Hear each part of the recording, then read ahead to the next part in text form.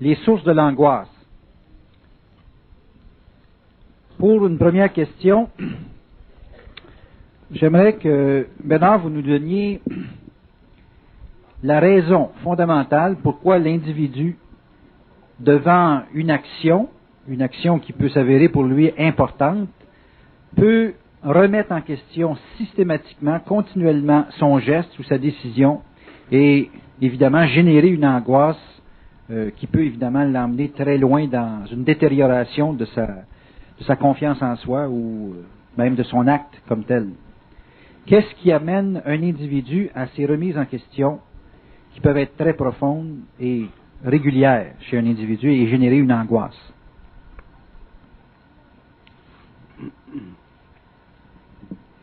Le phénomène de l'angoisse, c'est un phénomène psychique, dans ce sens que il résulte du fait que le temps de l'ego et le temps de son esprit ne sont pas coordonnés. Et ça, c'est causé par le fait que pendant l'évolution, pendant des millénaires, surtout depuis que l'homme a développé la philosophie de l'être, et qu'il a été établi que l'homme possède un libre arbitre, l'homme a été forcé de réaliser qu'il y a une disjonction qui s'établit dans sa vie entre ce que le libre arbitre devrait lui donner et ce que la vie lui propose. Et ceci fait partie de l'expérience de l'âme. Ceci fait partie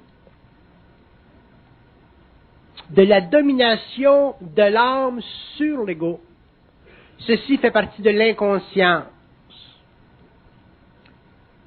Pour réellement comprendre l'anxiété, il faut comprendre comment ça fonctionne la vie. Donc, il faut que l'homme réellement ait contact avec son intérieur, mais d'une façon télépathique, pas simplement d'une façon intuitive. Il faut que l'homme vive une communication mentale comme il peut vivre une communication avec les humains qui sont autour de lui. Donc, vous avez dans cette expérience d'anxiété toute une trame de réalité qui n'est pas conclue. C'est ça qui fait partie de l'évolution. L'anxiété en elle-même est l'expression de l'incapacité de l'ego de s'adapter aux lois de la vie. Et dans un autre mouvement, c'est le résultat de l'incapacité de la vie de se faire sentir à travers lui par le biais du mental. Donc, il se crée dans l'expérience de l'homme, dans l'expérience de l'âme, dans l'expérience de l'ego, une sorte de retenue constante qui épuise et qui remet constamment en question la valeur fondamentale de l'être, celle d'être libre. Donc l'anxiété, dénote fondamentalement chez l'homme un manque de liberté. Là, vous allez dire, mais comment est-ce que l'homme peut en arriver à être libre? L'homme ne peut pas en arriver à être libre par la voie philosophique. Il ne peut pas en arriver à être libre par le processus de l'auto-analyse. Pour que l'homme en arrive à être libre, c'est-à-dire libre d'anxiété, il faut qu'à un certain niveau ou à un autre, qu'il connecte avec son intériorité. Par contre, l'anxiété varie chez les hommes selon la nature profonde de l'âme. Il n'y a aucun homme qui peut vivre la même anxiété qu'un autre. Ce qui est anxieux pour un ne l'est pas pour l'autre. Donc l'homme a avantage non pas simplement à se connaître, comme l'aurait dit Socrate, parce que se connaître, dans le fond, dans le cadre du slogan socratique, c'est simplement une prise de position philosophique ou ésotérique. L'homme ne doit pas nécessairement se connaître. Il doit connaître comment fonctionne la vie et ensuite il en bénéficie. Si nous demandons simplement à l'homme de se connaître, nous demandons à son intellect de comprendre la vie. Et ce n'est pas par l'intellect que l'homme peut comprendre la vie, c'est par une autre faculté qui fait partie de son troisième œil, qui fait partie de sa conscience réelle, qu'il peut comprendre les subtilités de son esprit qui, en retour, vont lui expliquer ou va lui expliquer la vie. Et à ce moment-là, l'anxiété ne peut plus exister, parce que il se fonde une unité, une relation entre l'esprit et la vie. Et la vie, c'est l'esprit dans l'homme. Est-ce que vous dites que se comprendre suppose un aspect subjectif, c'est-à-dire une réflexion de soi-même? Très juste. Et que comprendre la vie, c'est dépersonnalisé? C'est objectif. Comprendre la vie, c'est une science intérieure. C'est une science du mental. Se comprendre, c'est une réflexion sur soi. Est-ce que c'est ça la source de l'angoisse ou de l'anxiété? C'est ça qui est responsable de créer dans l'homme l'illusion d'un certain équilibre. Et il s'aperçoit au cours de son expérience qu'il y a encore d'autres choses qui arrivent, qu'il y a encore d'autres choses qui arrivent, qu'il y a encore d'autres choses qui arrivent. Et si la chose continue constamment à arriver, mais effectivement, il vit une grande anxiété. Ceci est repris par les rêves. Ceci est repris par les événements. Et l'homme ne semble jamais être capable de casser quelque chose. Et la raison pour laquelle il n'est pas capable de casser quelque chose, c'est parce que il n'a pas l'expérience de son intelligence. Il n'a que l'expérience de son intellect. Il n'a que sa façon purement mémorielle, subjective de voir les choses. Il n'a que son intellect pour lui donner un aperçu de ce qui n'est pas réel. Donc il s'enfonce, et il s'enfonce, et il s'enfonce, et vous ajoutez les émotions là-dedans, vous ajoutez la mémoire là-dedans, vous ajoutez la manipulation astrale, psychique dont l'homme est totalement inconscient là-dedans, mais vous avez facilement accès à l'anxiété. Est-ce que l'angoisse ou l'anxiété, il n'y a pas de nuance, là? Il y en a. Il y en a une. Oui. L'anxiété, c'est l'aspect psychologique de l'angoisse. L'angoisse, c'est la déchirure profonde de l'âme face à l'explosion dans sa vie de toutes sortes d'expériences qu'il n'est pas capable de mater. Donc, l'angoisse, c'est réellement au niveau de l'âme, l'anxiété, c'est au niveau psychologique, et un est simplement la partie du iceberg. Un prépare l'autre. Un est en relation avec l'autre. L'anxiété, c'est la partie en surface du iceberg. L'angoisse, c'est le fond. Okay. Est-ce que l'angoisse pour un individu est fondée sur le fait qu'il se donne une finalité? Est-ce que c'est le fait de se fixer un objectif ou de voir la vie d'une certaine façon qui va générer éventuellement une angoisse profonde? Non, ça c'est une anxiété. Ça c'est une anxiété. L'homme dans la vie a une anxiété qui peut devenir une angoisse. L'homme a une anxiété, c'est-à-dire qu'il fonctionne normalement au niveau psychologique, avec son intellect, ses pensées. Mais s'il n'est pas capable de réussir à mettre un certain ordre dans sa vie, un sens dans sa vie, à ce moment-là, il va vivre une angoisse. Et vous voyez, vous venez de dire un sens à la vie. Direction. Tout le monde parle de sens. Ma vie a-t-il un sens? Je me cherche un sens. Quand c'est pas un sens. C'est pas un sens. L'homme, il fait toutes les choses à l'envers. Ouais. Il cherche un sens à sa vie au lieu de chercher un ordre dans sa vie qui donnera à sa vie le sens qu'elle a de besoin pour bien se parcourir. On fait les choses à l'envers. Donc, automatiquement, en se cherchant un sens, on fait de l'anxiété. En cherchant un ordre, ou en essayant de trouver l'ordre, ou en essayant d'établir l'ordre dans la vie, ce qu'on ferait, c'est qu'on détruirait l'angoisse. En détruisant l'angoisse, l'anxiété partirait. Donc, on fait à l'envers. On taponne au niveau de la partie supérieure du iceberg, mais on ne travaille pas au niveau du fond du iceberg. Et là, on va dire, ben oui, mais on va commencer à travailler au niveau du iceberg à la pointe, puis ensuite on s'occupera du fond. Et c'est le contraire, on doit aller dans le fond, et la pointe va disparaître. Parce que si on s'occupe de la pointe, le fond va toujours demeurer.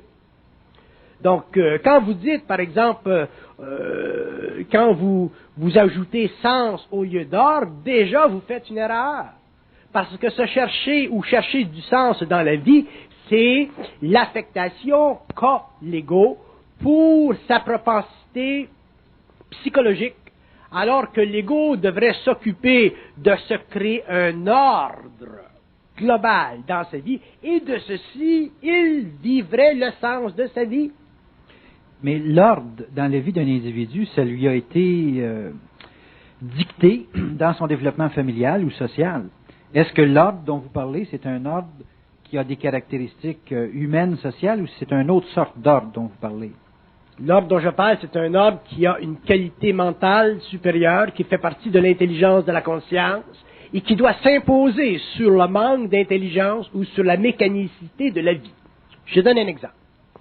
Je donne un exemple simplement pour illustrer quelque chose. Vous avez une jeune femme qui est en amour avec son patron au bureau, qui lui est en amour avec une autre femme et qui est mariée à une autre femme. Donc, elle vit un amour de bureau profond. Lui est déjà marié. Ensuite, il y a une maîtresse, puis il y a elle. Fait qu'il y a deux maîtresses, sa femme. Cette personne-là, si elle est la moindrement intelligente, elle va le sacrer là, elle va arrêter ça, elle va couper ça, parce que, quelque part dans le temps, le type, soit qu'il revienne à sa femme, très probablement, ou s'il ne revient pas à sa femme, il va avoir déjà pris l'habitude de deux femmes, peut-être qu'il va en avoir trois, fait qu'elle sera jamais seule, mais elle l'aime. Vous savez qu'est-ce que c'est une femme quand ça l'aime? C'est terrible. C'est terrible, un amour de bureau. Bon. Bon, alors à ce moment-là, si elle ne met pas d'ordre dans sa vie, donc il y a quelqu'un qu'elle rencontre qui dit, bon, ben écoute, Madeleine, si tu n'arrêtes pas ça, tu vas souffrir. Bien, elle répond, ben je l'aime. Donc, il y a une partie d'elle qui aime, ça c'est l'âme. Il n'y a pas d'ordre, là. Il n'y a pas d'ordre là-dedans. C'est un désordre voulu, aimé.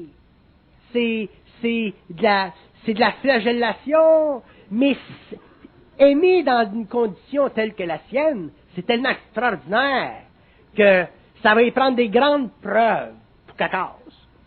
Donc, c'est pas le conseil de cette petite chum ou le conseil d'autres personnes qui vont faire qu'elle va casser son amour de bureau parce qu'elle vit une expérience d'âme trop profonde. Elle a quelque chose à apprendre.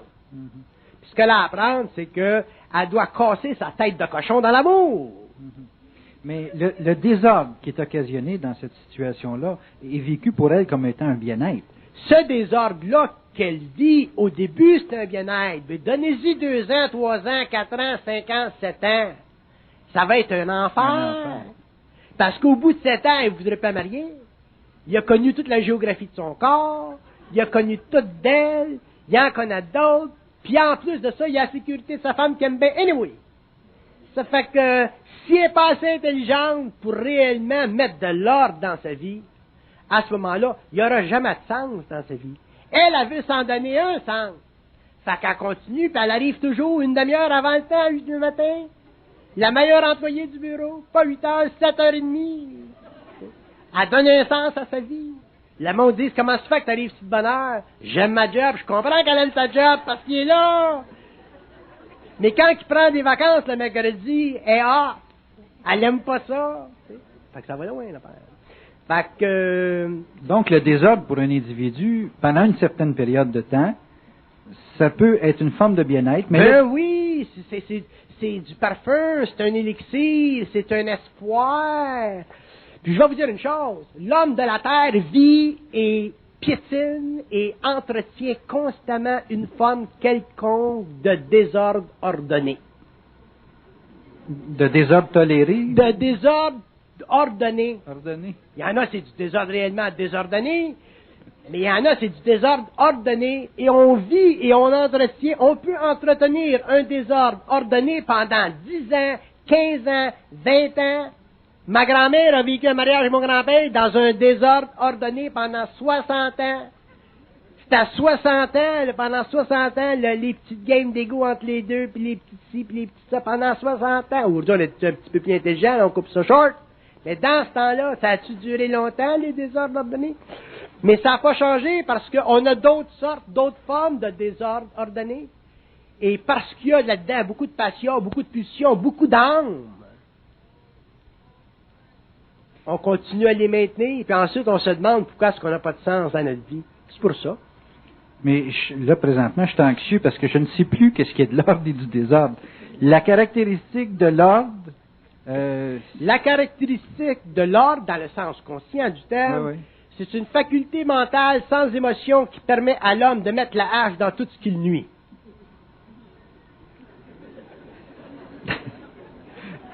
Comment arrive-t-on à cette évidence? À court ou à long terme. À court ou à long terme. Il y a des conditions, souvent, il y a des affaires, il y a des conditions de respect qu'il faut prendre. Il y a toutes sortes de choses. Oui. De l'intelligence, c'est de l'intelligence. Oui. L'intelligence, c'est toujours intelligent. Mais à court, c'est bien ça. L'intelligence, c'est toujours intelligent. Mais à court ou à long terme. Quelque part, l'intelligence, elle met la hache dedans. Ça peut prendre 10 ans, 15 ans, 20 ans, mais l'intelligence, elle met la hache dedans. C'est ça l'ordre. Donc, l'ordre que je parle ou dont je parle, c'est une condition créative du mental qui, avec le temps, dans la mesure où l'homme prend conscience de sa force intérieure, grandit en force intérieure, voit les illusions de son ego, développe du discernement, en arrive à une si grande lucidité, ainsi de suite. Éventuellement, son intelligence créative ne peut pas y empêcher de mettre la hache dedans. Ça, c'est l'ordre. Donc, l'ordre dont je parle ne fait pas partie du désordre ordonné de l'homme, ce n'est pas une condition psychologique de l'ego, ce n'est pas une attitude égoïque, c'est une absence totale d'émotion dans le mental, donc c'est la capacité de l'homme d'appliquer sa volonté créative dans sa vie. À partir de ce moment-là, l'homme trouve son sens. L'application de la volonté donne de l'ordre. L'application de la volonté est nécessaire pour avoir de l'ordre dans la vie. Parce qu'il y a des gens qui ont de la volonté. Non, l'homme n'a pas de volonté. L'homme est volontaire. De la volonté, c'est la puissance créative de l'intelligence devant les obstacles insolubles par l'ego. Ce que les gens ont, c'est du caractère. Oui. Ah, j'ai du caractère. C'est plein de monde qui ont du caractère. Vous regardez leur vie. Qui veulent faire de l'ordre. Qui dictent des situations. Avoir du caractère, c'est pas assez. Du caractère, ça fait partie de l'âme. Tu viens au monde avec du caractère. Tu l'as pas. Tu as une tête de cochon, tu t'es bien fin. Tu viens au monde préparé, tu es programmé. Mais avoir de la volonté, tu viens pas au monde avec ça. Pour avoir de la volonté, il faut être intelligent. Tu peux pas avoir de la volonté si tu n'es pas intelligent parce que c'est l'intelligence de la vie qui t'amène à avoir de la volonté. Puis la volonté qui t'amène à avoir plus d'intelligence. L'intelligence t'amène à avoir de la volonté. Puis la volonté qui t'amène à avoir de l'intelligence. Tu peux pas avoir de volonté sans intelligence. Tu peux pas avoir d'intelligence sans volonté. Les deux vont ensemble. Puis après, quand tu as ces deux-là, là, tu peux bénéficier et vivre d'amour dans le sens d'une conscience qui aime intelligemment. Mais en bas ou en dessous de ça, la volonté de l'homme, l'amour de l'homme, l'intelligence de l'homme, ça fait partie de l'expérience de l'homme. Il y a combien de personnes qui aiment et qui souffrent? Tu peux pas aimer et souffrir en même temps, ça n'a pas d'allure. C'est bon pour les poètes, ça. Vas-y. Tu peux pas être intelligent et souffrir en même temps, ça n'a pas d'allure. C'est bon pour les philosophes. Tu peux pas avoir de la volonté et pas en avoir en même temps, c'est bon pour les malades. Donc, soit tu n'as de la volonté ou tu n'as pas. De l'intelligence, tu n'as ou tu n'as pas. De l'amour, tu n'as ou tu n'as pas. Donc, l'amour, la volonté et l'intelligence, ça se polarise pas. C'est pas un jour où tu l'as, puis un jour où tu l'as pas. Un jour où t'aimes, puis un jour où t'aimes pas. Puis un jour où t'es ci, puis un jour où t'es pas ça. C'est ça que l'homme appelle de la volonté, ou de l'intelligence, ou de l'amour. Est-ce qu'on peut reconnaître qu'on a de la volonté ou de l'intelligence, ou les deux ensemble, au moment où on vit de la constance? Est-ce que c'est un élément? Quand tu commences à avoir de la constance dans ta vie, là, puis que tu es capable intuitivement de voir, puis de sentir, puis tu commences à sentir que tu l'as le contrôle, tu en as de la constance. Il n'y a rien de plus plate qu'une vie consciente. Parce que dans une vie consciente, il n'y a pas de haut, il n'y a pas de bas. Il n'y a pas heureux à soir, malheureux demain, puis heureux demain soir, malheureux demain soir. C'est toujours de même. C'est pour ça que je dis, un homme conscient n'est pas intéressé à être heureux. Il est intéressé à être bien dans sa peau. Tout le temps. Puis tout le temps. Puis tout le temps. Et Hitchcock, il disait, quelqu'un avait demandé à Hitchcock une journée, qu'est-ce que c'est que pour vous être heureux? Puis Hitchcock, il disait, être heureux, c'est quand il n'y a pas de nuages dans le ciel. Pas de nuages. Tandis que nous autres, être heureux, c'est que ça marche, il n'y en a pas, puis après ça Ça tombe, il y en a, puis ensuite il n'y en a pas, puis ensuite... Mais ça, c'est l'expérience de l'âme. Un homme conscient n'est pas intéressé à être heureux à soir et puis malheureux demain. Avoir de la volonté à soir et pas en avoir demain. Être intelligent à soir et puis être stupide demain. Soit que tu l'es tout le temps ou que tu ne l'es jamais. Donc, pour l'être tout le temps, mais il faut qu'il voie à travers les illusions de son intelligence qui monte qui descend, son amour qui monte qui descend, puis sa volonté qui monte qui descend. Est-ce qu'un individu peut être constant et quand même avoir dans sa vie des hauts et des bas? Tu peux être constant et vivre des changements vibratoires dans ta vie. Mais les changements vibratoires dans ta vie font partie du raffinement de tes corps. Mais tu es toujours bien dans ta peau.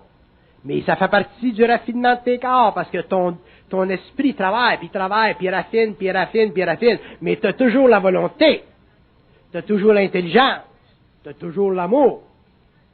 Tu as toujours la volonté dans le sens que il peut te mettre... bon, je te donne un exemple. Bon. Moi, je peux avoir une situation, une expérience qui va arriver dans ma vie, puis bon, ça va changer mes vibrations un peu, mais un peu, parce que si ça change trop, c'est final. Moi, je suis capable, je retourne mon chapeau de bord, de même.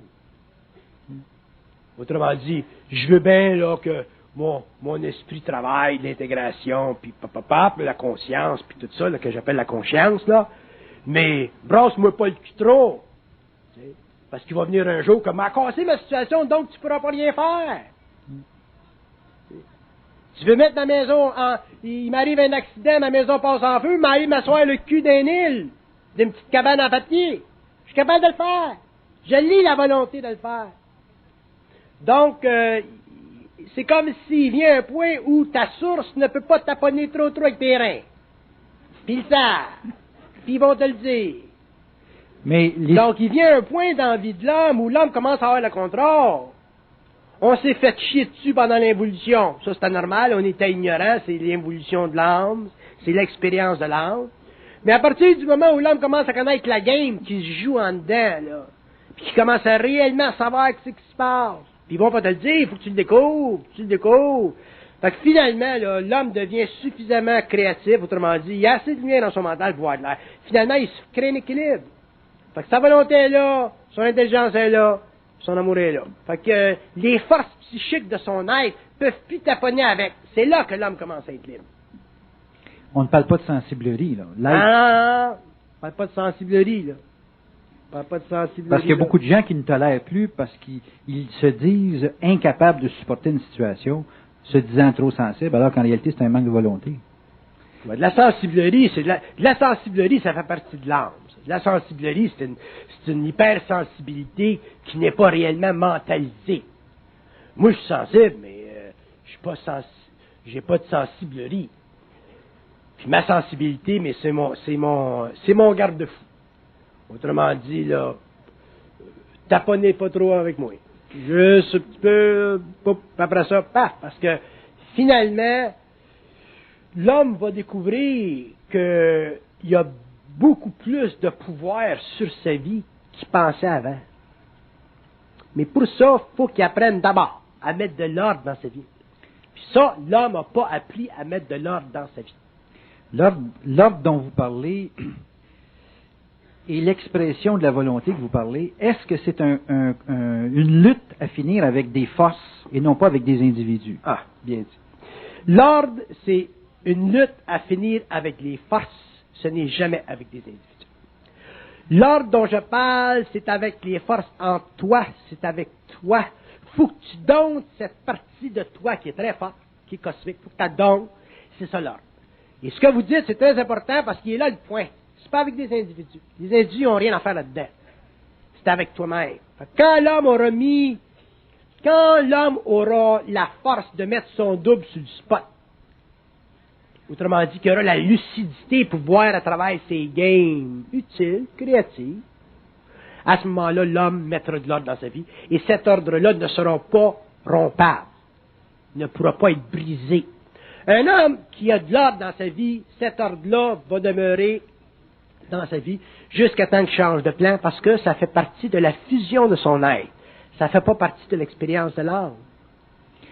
Est-ce que vous pourriez dire que L'ordre nécessaire et le combat qui a à faire avec les forces suppose, par conséquent, que tout être dans notre vie qui peut nous donner l'impression qu'on vit un désordre n'est pas responsable ou coupable, ou n'est pas la source ou la cause de notre désordre. C'est nous-mêmes qui devons absolument vivre. Est-ce que vous iriez jusque-là? On est toujours responsable de notre désordre. Quand même vous blâmeriez n'importe qui autour de vous, ça c'est un alibi que vous vous donnez. Vous affaiblissez votre position. Chaque être humain est responsable de la qualité d'ordre ou de désordre dans sa vie. Vous pouvez jamais dire, ma belle-mère est de même, ou mon grand-père est de même, ou mon frère est de même, ou mon boss est de même. C'est vous qui êtes responsable du statu quo de votre conscience. Et si vous maintenez votre conscience dans un statu quo, la vie elle va continuer, les perturbations vont continuer, et vous paierez pour. Parce que l'homme, ultimement, c'est un être qui est autodécisionnel. Pas collectivo-décisionnel, autodécisionnel. Pourriez-vous développer? L'autodécisionnel pour l'homme conscient, c'est la réalisation mentale, quand il est arrivé à un certain niveau de conscience et de fusion, que sa vie, la valeur de sa vie est intouchable, à tous les niveaux. Donc, que ce soit sur le plan occulte, que ce soit sur le plan matériel, sa vie est intouchable, donc il ne peut pas recevoir de l'extérieur de lui-même des indices trop rigoureux qui mettraient sa vie en déséquilibre. Un homme qui est autodécisionnel, dans le fond, c'est un initié. Il est initié à son propre mystère. Il est initié à sa propre réalisation. Et il est capable d'être autodécisionnel pour lui-même. Il peut être autodécisionnel par rapport à ses proches, ses enfants, sa femme, ainsi de suite, les gens avec lesquels il y a une relation de conscience étroite, ainsi de suite. Et ces êtres-là seront autodécisionnels par rapport à lui, donc la famille deviendra elle-même autodécisionnelle, ainsi de suite.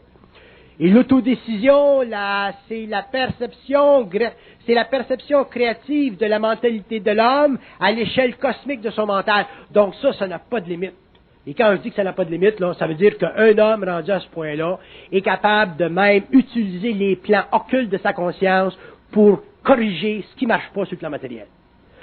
Est-ce qu'on pourrait affirmer que quelqu'un qui prend une décision à notre place, ou que l'individu qui se laisse dans l'impression qu'un individu l'a forcé à prendre une décision, crée un désordre dans sa vie?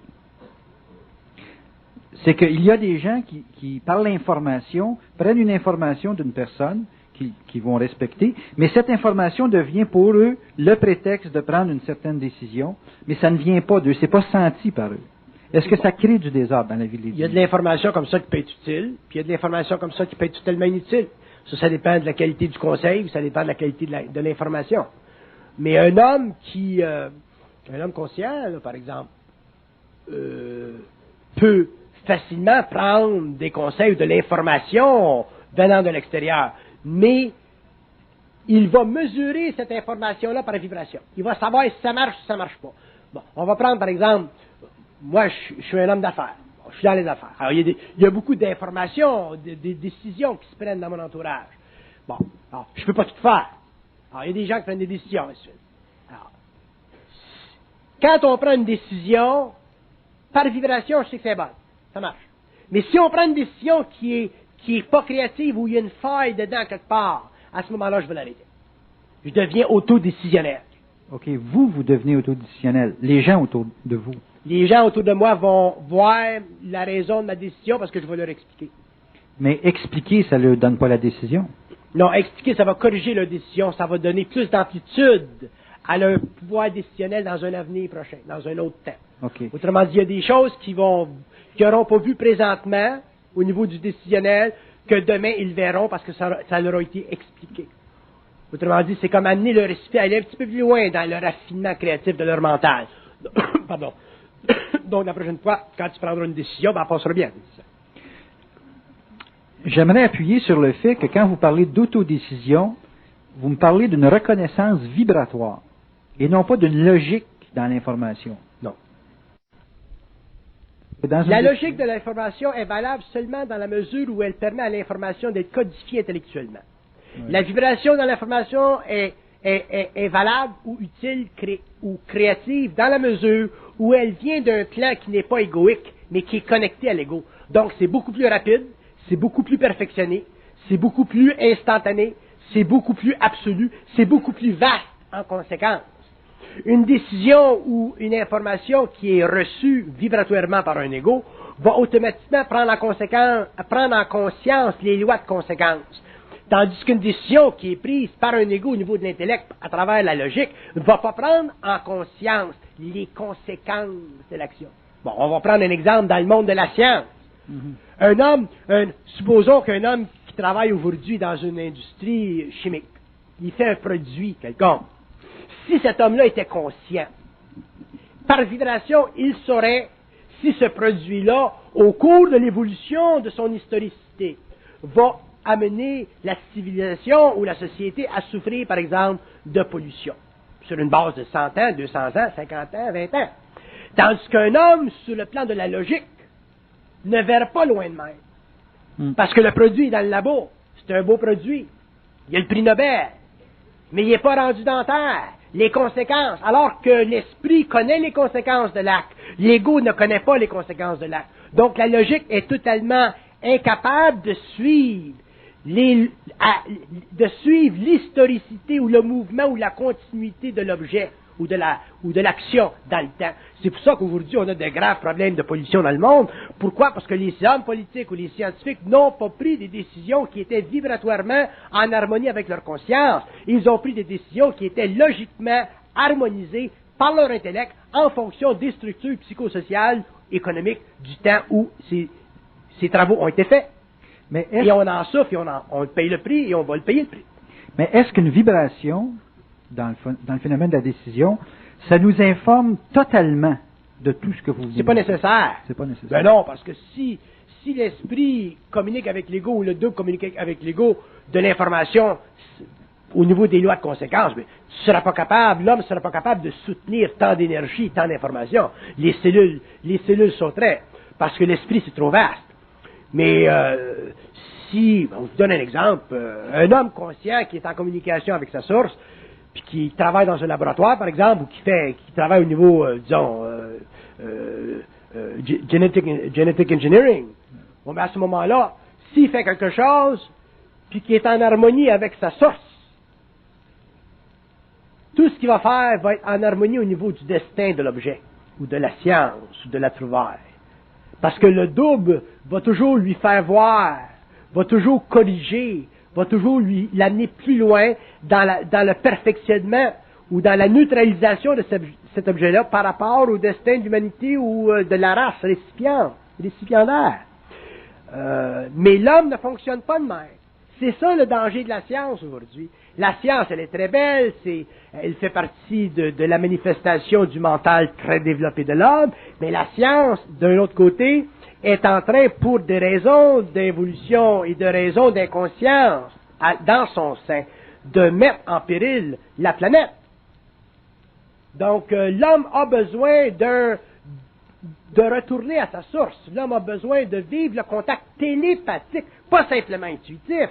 Pendant l'évolution, on a vécu l'intuition, des fois ça marche, des fois ça marche pas, mais l'homme a besoin de beaucoup plus que l'intuition. Il a besoin d'être en communication verbale, mentale, télépathique, télépsychique avec les circuits universels, c'est-à-dire avec les gouvernements parallèles qui font partie de l'ordre des choses, qui font partie de l'organisation invisible des mondes à tous les niveaux. Sinon, il n'a pas accès à une science suffisamment vaste pour empêcher que le décisionnel logique, mécanique, cartésien de l'homme moderne bouleverse tout. Donc, avoir de l'ordre, c'est très vaste. Très vaste, avoir de l'ordre. Et d'ailleurs, avoir de l'ordre, ça n'a pas de fin. Ça nous donne l'impression, en tout cas, quand on est subjectif, que du désordre, c'est toute notre vie. La subjectivité, c'est une forme plus ou moins harmonisée de désordre. Il y a des gens qui ont des belles vies, ont du fun, travaillent. Mais c'est pas de l'ordre. Ils ont des petits comptes en banque, ils se sont protégés. Il y a un certain ordre, là, ils se sont protégés. Mais c'est un ordre psychologique, c'est un ordre qui fait partie de l'équilibre de leur civilisation. Fait que t'es safe, là, t'as des petits comptes en banque. Imagine-toi qu'il y a un gros crash demain matin. Qu'est-ce qui arrive à ton petit ordre? Qu'est-ce qui arrive à ton petit ordre là, que tu as développé pendant 20, 30, 40 ans, là, tes Blue Chips que tu as, là, General Motors, ITT, là, qu'est-ce qui arrive là, quand il y a un crash? Ah là, le petit ordre, il est plus aussi ordonné qu'avant, là. Hein? Là, il faut que tu envoies le psychiatre, là. Le psychologue, là. Hein? Il m'a dit que ma mère est le psychiatre. Tu vas voir le psychiatre, hein? Fait que tu sautes du châssis, hein? Oui. Fait que c'est pas de l'ordre, ça, quand t'es rendu que tu sautes du châssis. Mais l'impression. Ça va loin, l'affaire. Fait que, un homme conscient, mais qu'est-ce qui va arriver? Il est conscient, donc il a accès à sa source. Donc, son chum, il dit, hey, Jean-Paul ou Bernard, je m'appelle Bernard Montréal. Il dit, Bernard Montréal, t'as des petites scènes de côté, toi, là, tu serais pas intéressé à mettre de l'argent dans un stock, toi. Fait que qu'est-ce que je fais, moi? Je doute pas que t'as des bons stocks ou whatever. Mais je vais aller en dedans. Puis je vais dire, j'en mets-tu des petites scènes dans mon stock? Il va dire, c'est pas le temps. C'est final. Quand même tu me donneras le plus beau portfolio, c'est fini.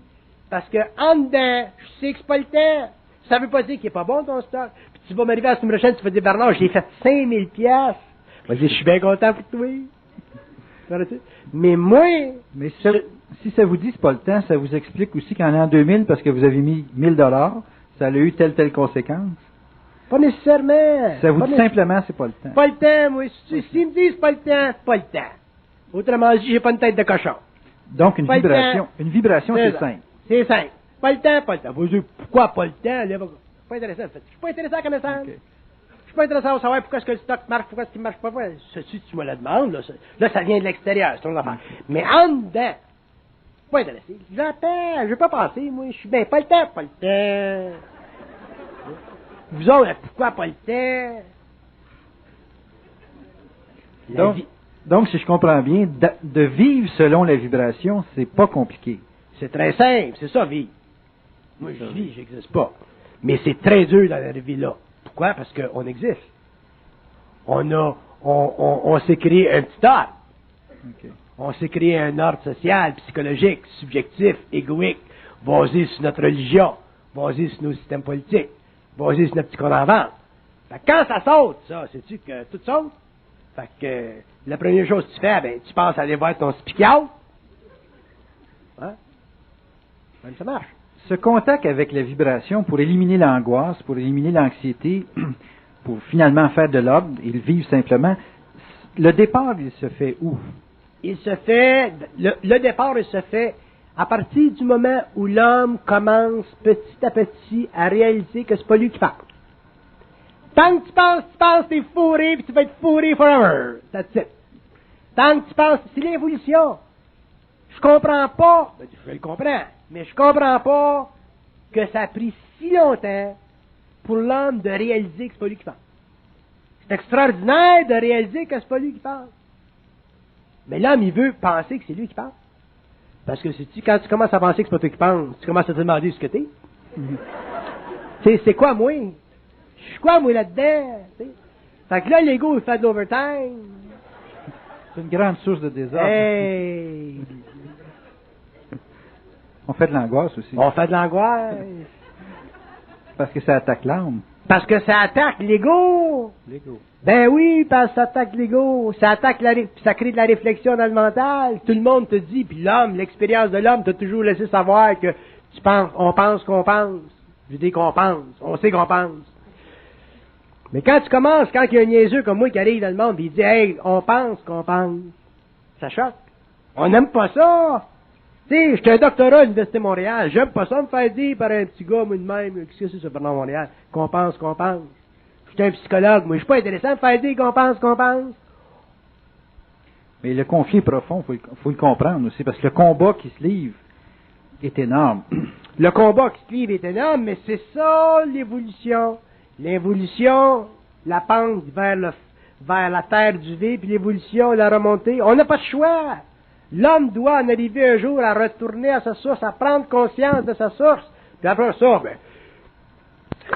une fois qu'il a conscience de sa source, il est plus intéressé à penser qu'il pense. Tu me vois-tu, moi, penser que je pense?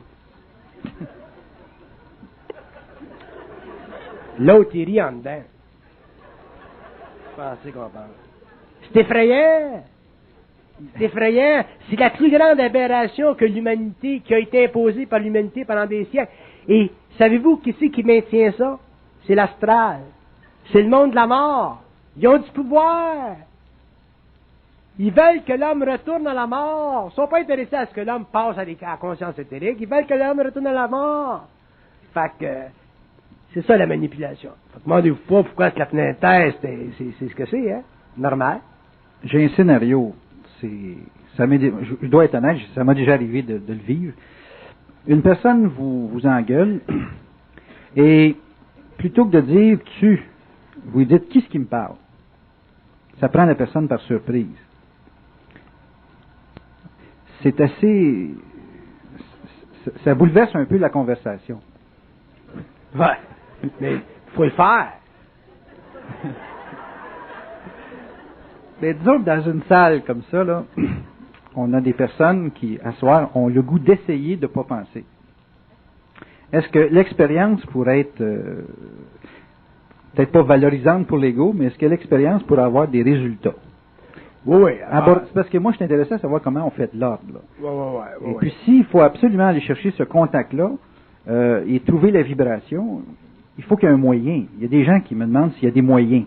Oui, mais ça fait partie de votre expérience à vous autres. Moi, je suis pas intéressé d'être un thérapeute collectif. Je vais bien expliquer comment ça marche, mais ça s'arrête là. Oui. Ouais. Sans ça, là, t'es pris avec des entités de tout le monde, là. Ça va loin, ça va là. Fatigué? Non, moi, je me repose. Non, mais je parle... mais je parle pas de vous, là. Je parle des gens là, qui, dans la salle, voudraient vivre l'expérience. Toutes les personnes ici veulent faire de l'ordre dans leur vie. Mais comme se mettre des sous à la banque, des choses du genre, organiser sa vie, c'est pas suffisant. Il faut absolument avoir ce contact intérieur pour amorcer ça. OK. Pour répondre à votre question, là, un homme qui vivrait qui ferait cette expérience-là intérieure, pourrait avoir une réponse objective ou pas avoir de réponse du tout. Fait que si l'homme se demande si c'est vrai que c'est pas lui qui pense, il peut avoir une réponse qui va dire oui. Ou il peut avoir une absence de réponse. C'est assez fréquent. Bon. Fait que si vous avez une réponse qui est dans l'affirmative, mais à ce moment-là, mais continuez à travailler dessus. Autrement dit, parler avec la source, c'est comme parler avec un être humain. Puis là, vous allez commencer à voir comment ça se joue la game. Quand vous aurez fait ça pendant 10-15 ans, mais vous aurez l'expérience de l'intelligence. La pratique. La pratique, oui. Seulement, prenez-les pas pour du cash. Parce que là, ils vont vous passer au bat. Mais ça, c'est l'autre problème, ce qui vient, c'est le phénomène de la preuve. Parce que pour certaines personnes, de vivre cette expérience du contact, ça peut être accessible. Ils peuvent être même des exemples pour d'autres. Mais la preuve dans le concret. La preuve, c'est la grande infirmité de l'ego. Avoir besoin d'une preuve, c'est la preuve qu'on est inconscient. Donc, c'est impossible de s'en sortir.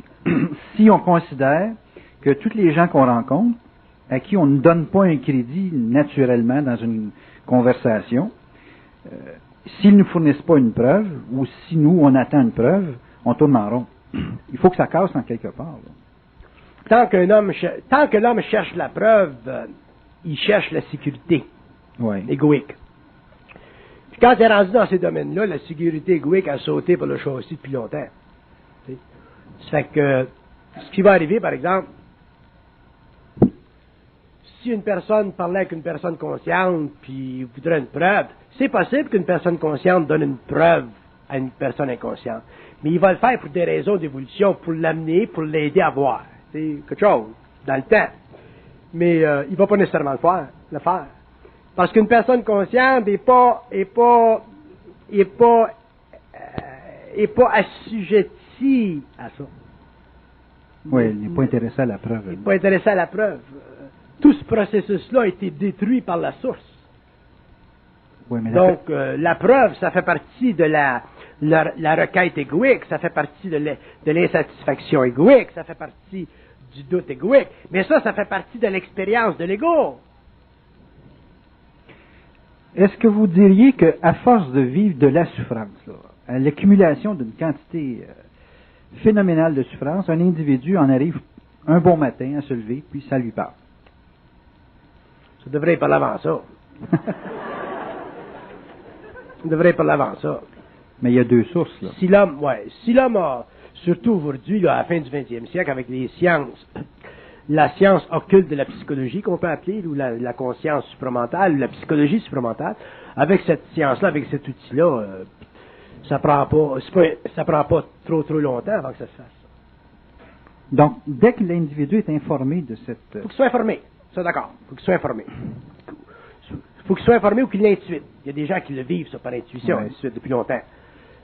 Mais il faut que l'homme en soit informé. Puis une fois qu'il en est informé, mais après ça, ça s'ouvre, puis ça s'ouvre, puis ça s'ouvre, puis ça s'ouvre. Parce que quelque part dans le temps, à partir du moment où il était informé, déjà son mental était visé. À partir du moment où son mental est avisé, lui il a la capacité de réaliser qu'il n'est pas fou, en fin de compte. Parce que si tu vis ça tout seul, tu te poses des questions. Tu vas voir ton psychologue. Okay? Mais si tu as bien du monde qui vivent ça, puis il y en a de plus en plus de gens qui vivent ça, qui finalement en arrivent à une connexion avec le mental supérieur, mais sais-tu que quand tu commences à avoir 500 000 personnes qui communiquent intérieurement, ça fait bien des fous, ça, qui sont pas si fous pantoute, ça veut dire. Ça fait que, mais c'est un processus qui commence lentement, puis qui s'expansionne, puis qui s'expansionne. Mais aujourd'hui, déjà, on en sait trop pour que ça soit arrêté. Donc, a priori, l'information déclenche. Faut savoir. La communication maintient ou poursuit? Avec le temps, oui. Il y a des gens dans la salle que je connais, là. Qui communiquent entre eux autres. Ah, ouais, qui communiquent. Il y a des gens dans la salle, là, si on ferait la communication avec eux autres, là, ça se ferait de même, boum, boum, clarinette. Il y a des gens, ça se fait pas clarinette. Ça dépend du taux vibratoire du mental, ça dépend de l'ouverture, ça dépend si l'individu a plus d'esprit que l'autre. Il y a des êtres qui ont beaucoup d'esprit. C'est comme la lumière, ça. Il y en a qui ont bien la lumière, il y en a qui en ont moins, il y en a qui en ont moins, il y en a qui en ont quasiment pas, puis il y en a tout un petit peu. Et si tu n'as trop petit peu, ben tu peux pas éclairer toute une salle comme ça. Bon, ça prend bien de la lumière. Fait que si t'as bien de la lumière, ben à ce moment-là, t'as pas besoin d'en avoir gros comme dans 10 ans puis dans 20 ans, mais si t'as assez de lumière, mais à ce moment-là, ça se fait, ça. Parce que l'ajusteur a pensé ou le double, c'est pas facile pour le double de communiquer avec l'homme. À moins qu'il fusionne avec un gars comme moi, là il t'enlève tous tes moyens, puis c'est eux autres qui runnent, jusqu'à temps que tu les mettes à leur place. Ça, c'est long, des grandes souffrances. Mais pour l'homme, là, en respectant son équilibre psychologique, en respectant le fait qu'il travaille, qu'il a une job, ainsi de suite, puis qu'il n'est pas un initié dans le sens que moi je le suis, là, c'est pas facile pour eux autres, parce que l'ego est là, le doute est là, les corps sont là, faut pas qu'il en donne une trop grosse dose parce qu'il va aller à grande bâtisse, faut qu'il continue à travailler, prendre soin de sa femme, il y a toute une affaire, c'est quelque chose. C'est quelque chose. Le développement... Le monde, ils disent, moi j'aimerais ça être fusionné. Super. Continue à travailler chez Eaton. Des illusions spirituelles, ça. C'est bien, là, justement. C'est parce que pour beaucoup de gens, la fusion, c'est un pouvoir. Oui, et ça, c'est parce que les gens projettent. Ça, c'est de la projection. Tu sais? L'homme aura sa conscience dans le temps. Mais en attendant, ce qui est important pour l'homme, c'est pas la fusion, c'est d'être bien dans sa peau. C'est de pouvoir travailler, prendre soin de sa femme, aller prendre des petites vacances en Floride, s'acheter une petite job de temps en temps, puis changer de bas, tu sais. C'est ça qui est important pour l'homme. Faire l'amour de temps en temps, tu sais. L'atmosphère, disons, de cette partie-là, c'est sur l'angoisse. Et l'atmosphère du phénomène de parler avec un contact ou avec des gens qui ont cette information-là, est-ce qu'on peut avancer que les individus qui ont cette forme de communication-là sont totalement libres d'angoisse ou d'anxiété? Sont totalement dégagés? Non. Parce qu'ils peuvent tout expliquer? Non. Non. Votre question est très bonne. Parler intérieurement, ce n'est pas une mesure de l'absence d'angoisse. Parler intérieurement, les Indiens l'ont fait, les Grecs l'ont fait, c'est delphique, ça, c'est médiumnique, c'est plein de monde qui parle intérieurement. Donc, parler intérieurement, c'est pas une mesure de l'absence d'angoisse. Par contre, intégrer la jasette intérieure, intégrer toutes les conneries intérieures, ça, c'est l'absence d'angoisse. Ça, c'est l'intégration. Vous dites intégrer. est-ce que vous pouvez expliquer le phénomène d'intégration de cette information psychique? C'est basé sur le principe fondamentalement et nécessairement absolu chez l'homme de ne pas croire. Strictement ça. Oh! Si vous saviez comment c'est important de ne pas croire, vous ne croiriez pas.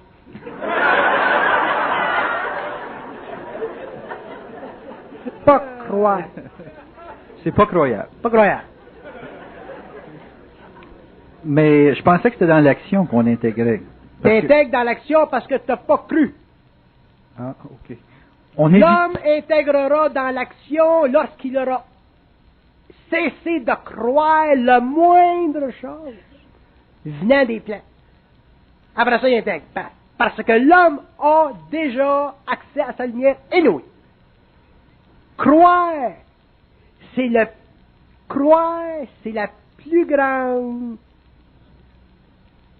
c'est le plus grand outil, le plus subtil outil, le plus dangereux outil qui a été imprimé dans le mental de l'homme par les plans, subtilement, à travers tout le système de pensée humaine depuis que l'homme est homme jusqu'à la fin du 20e siècle, jusqu'au début de l'évolution. Croire, c'est anti-homme. Si vous me dites quelque chose, ça a de l'allure, c'est intelligent. OK, c'est ça. Mais si vous me demandez de vous croire, je ne peux pas vous croire. Quand même, vous me diriez, écoute Bernard, il y a une soucoupe volante qui est descendue dans ma cuisine hier. Je te croirais pas. J'ai les marques, je suis brûlé. Je te croirais pas. Mais parce que probablement, d'abord, je suis capable de t'expliquer qu'est-ce que c'est, sans l'avoir vu. Puis même si c'est à ça, il faudra que moi-même, je le sache que c'est ça. Puis pour le savoir que c'est ça, je peux même pas permettre de croire aux autres en haut. Parce qu'ils nous pogneraient tous les deux, là. Tu comprends-tu, je veux dire? L'homme ne peut pas se permettre de croire. Je vais vous dire une chose. Autant l'homme de l'évolution a cru, autant l'homme de l'évolution ne croira pas. Ça sera la fin des maîtres, ça sera la fin de l'autorité psychologique, philosophique, métaphysique, ésotérique, occulte sur la planète. Ça sera le début de la liberté de l'homme. Puis je vous avertis, parce que avec les années qui viennent, 21e siècle, l'homme va devoir apprendre une fois pour toutes à vivre par rapport à son centre mental et casser ça en lui-même, une fois pour toutes, la croyance, par rapport aux hommes et par rapport à la connexion, par rapport à la connexion interne à lui-même. Puis ça là, c'est la pire, parce qu'elle est occulte. Pas croire un homme, ça se fait. Mais quand tu es rendu à communiquer intérieurement, laisse-moi te dire, il faut être lucide en maudit pour pas y croire, parce qu'ils sont intelligents en maudit. Ils vous donnent des preuves. Hein? Ils vous donnent des preuves. Ben, évidemment qu'ils vont te donner des preuves. Tu prends un petit médium, là, quand je pense à ces pauvres médiums là, qui traînent sur la planète. C'est plein. Bon, ben là, ils te disent, là, va donc mettre 500 pièces sur le cheval, la Blue Bonnet. Là, la petite médium, elle y va, puis elle met son petit 500 pièces. Il va rentrer, le cheval. Qu'est-ce que tu penses? C'est pas des caves. Il va rentrer. Tu vas chercher les mouches avec du miel. Fait que là, elle est contente, elle va voir sa chum, sa belle-mère, son frère, son mari, j'ai mis 500 pièces. Hey, venez donc ensemble, on en met 50 000, ça va rentrer. C'est fini.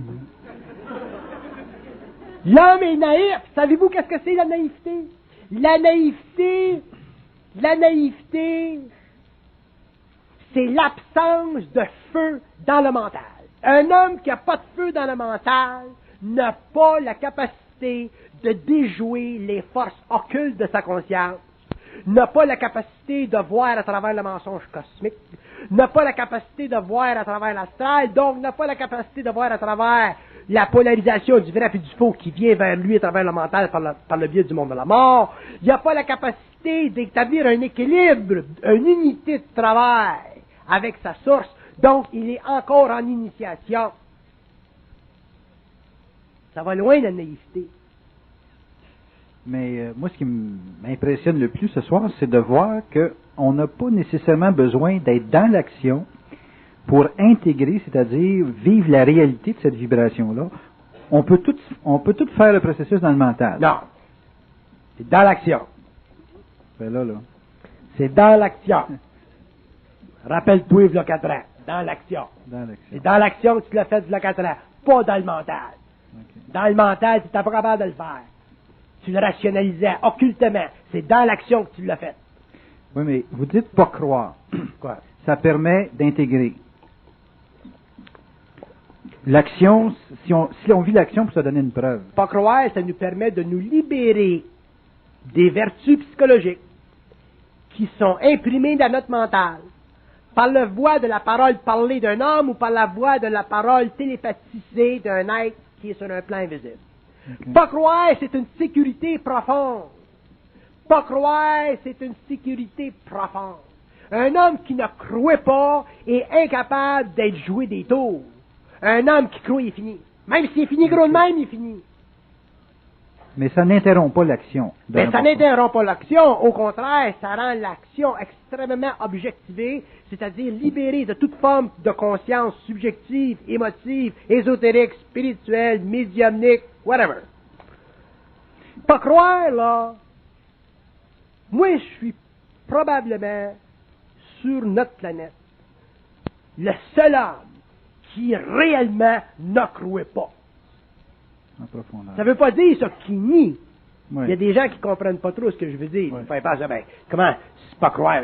Quand je dis pas croire, je nie pas que des petits hommes verts sont venus dans la cuisine. Je le nie pas. Je nie pas ce que Richard Glenn va dire. Je nie pas. Je suis trop intelligent pour savoir ce qui se passe au niveau des plans. Mais, je crois pas. Ça veut dire que je ne m'implique pas émotivement dans quelque forme d'événement amené par la voie de l'information en mon mental et possiblement coloré par le tien. Donc, je demeure libre de tes impressions et je me rends libre des miennes. Fait que comme ça, je sais. Fait que si t'as des petits bonhommes verts qui viennent à travers ton égout chez vous, puis que c'est réel, puis que t'es suffisamment conscient pour établir une communication avec eux autres, je peux leur dire, bon, venez me voir la semaine prochaine, m'appeler Bernard Montréal, ils vont venir voir ensemble. À ce moment-là, je vais le savoir, moi, anyway. M'a t'appelé même chez vous, m'a dit, tu m'invites pas à prendre un steak, puis que tu vas m'inviter à prendre un steak, puis quand on va arriver chez vous, tu dis que je t'assois de recevoir les petits bonhommes verts à soir, puis là, ça va marcher, on va. Ça marche. Mais j'irai pas chez vous voir tes petits bonhommes verts parce que j'ai cru. Je ne crois pas.